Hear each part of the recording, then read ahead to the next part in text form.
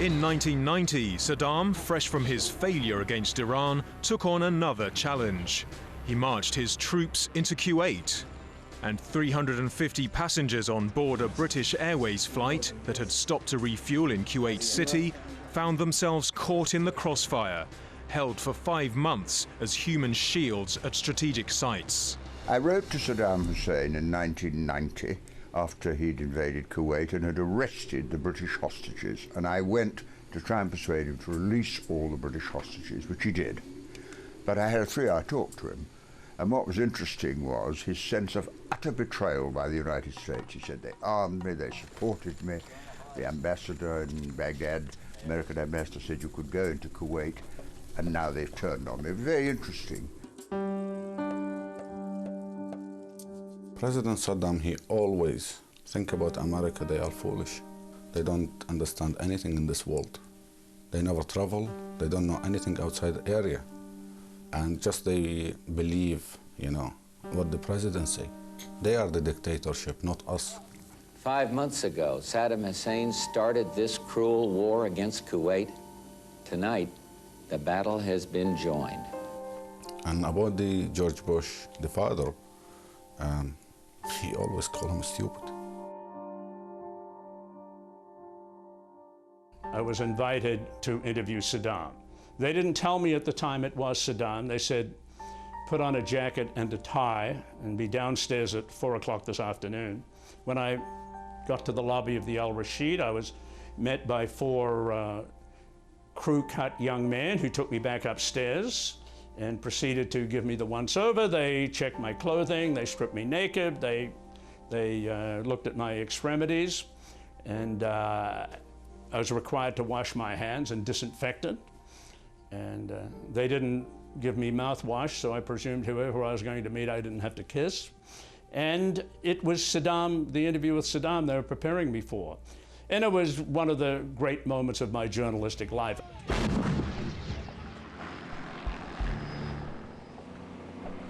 The Kuwait invasion was to sow the seeds of Saddam's downfall as powerful allies deserted him. In January 1991, American-led forces launched a massive assault on Iraqi troops occupying Kuwait. Saddam had been demonized as the Hitler of the Middle East and the butcher of Baghdad, and so I didn't quite know what to expect, even though colleagues had interviewed him before the war. But in comes Saddam eventually, and he's impeccably dressed, dark blue suit, and very affable, pleasant. In fact, he said, ask me anything you want. Of course, in the interview, he was quite confrontational, but I think it was valuable in that he indicated he would not use weapons of mass destruction. This is a time when he had weapons of mass destruction.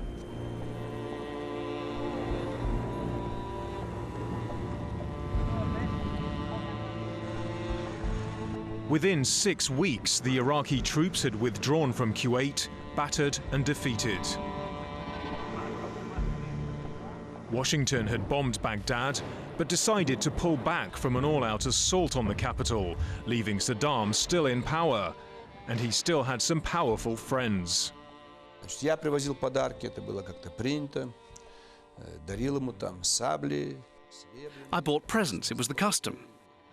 I gave him swords, silver and golden, paintings. Winter in Moscow was one, vases, chessboards, expensive presents, that sort of thing.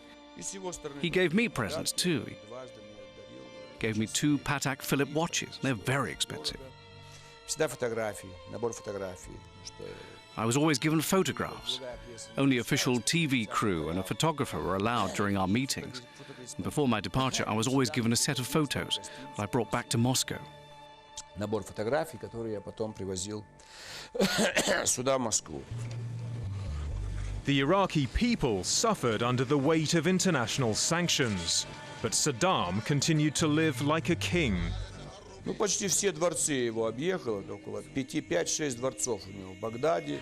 I went to almost all of his palaces. He had 5 or 6 in Baghdad. All of them were magnificent, fairy tale, beautiful. Usually there was nothing around them, only parks or empty space. The palaces were tall, beautiful, with mosaic and marble everywhere. Gold-plated doors, door handles, that sort of thing. Magnificent. Very quiet, no one around. There was a guard of honor by the doors saluting. Expensive carpets. Magnificent. But by 2003, Saddam's luck was running out, although he seemed the last person to believe it. Washington was massing forces against him, and this time there would be no holding back. 2003, when it was obvious that Bush was going to invade, I wrote again, said could I do an interview with him. And I had a televised interview with him, and I asked him simple questions. Do you have weapons of mass destruction? He said no. I didn't know whether to believe him, but it was true. Do you have links with Al-Qaeda, which I knew wasn't the case, and he said no, and I talked about the UN and oil. He was a commanding presence, and what was very interesting to me years later, after his capture and during his trial, that it was a broken man, and I think the years, the 90s and the early 2000s, he was approaching senility.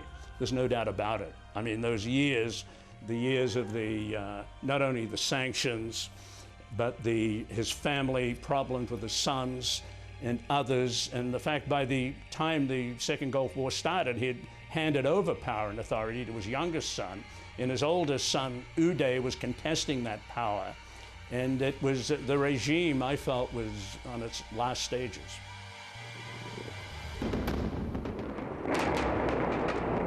And so did the American-led forces. As they rushed towards Baghdad, there was little resistance from Saddam's army, and the capital fell within weeks.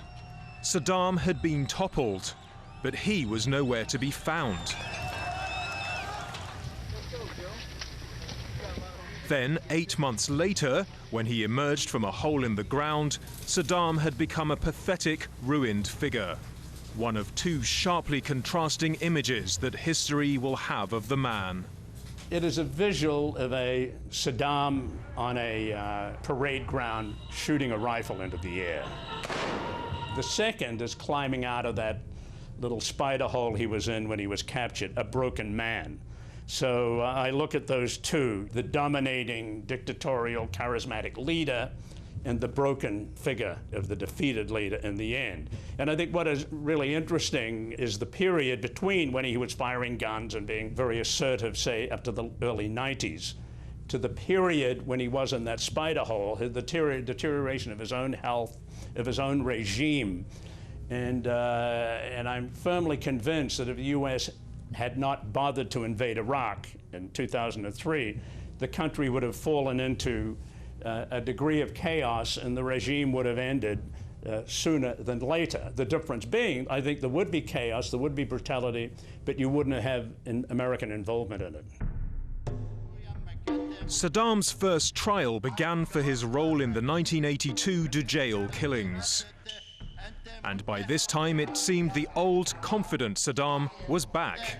نراعيه كمتهم. أنا صدام حسين ما يغير.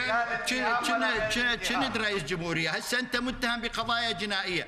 I'm very upset because he had no fair trial. My concern is really focused that anyone in this world have to have a fair trial, have to have the right to defend himself, have to have the right to speak.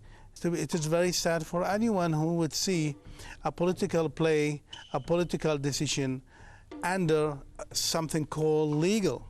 Sure, I'm upset because of that. He's a human. If you're going to try a man for these crimes, it has to be International Criminal Court. And the trial in Iraq was a complete fraud. He couldn't call witnesses. He would have wanted to call President Bush's father as president, a lot of people. And I don't believe that was a fair trial. And anyway, what about the 665,000 Iraqis who've died as a result of the invasion? Should Bush and Blair have been put on trial?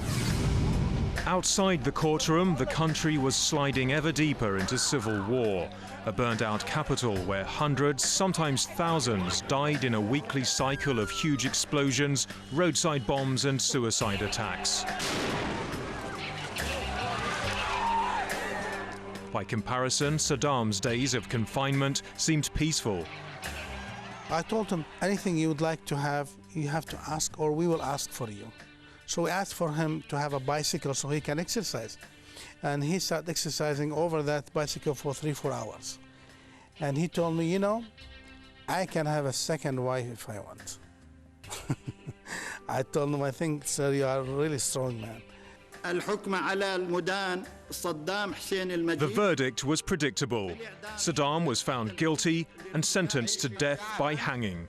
I managed to get to him the message that he will be executed by really telling him that you are the last card to be played by Bush and Blair. And he said, I'm the last card. I said, yes, you are the last card, because Bush and Blair have no reasons to invade Iraq. All the claims were against Iraq, you know, nuclear, linked with Al-Qaeda. All these stuff has actually disappeared, proof that they don't exist. But they have you, and you are the one who they will claim we have removed the dictator. Do you think removed dictator will be for life sentence or for releasing? He said, I understand.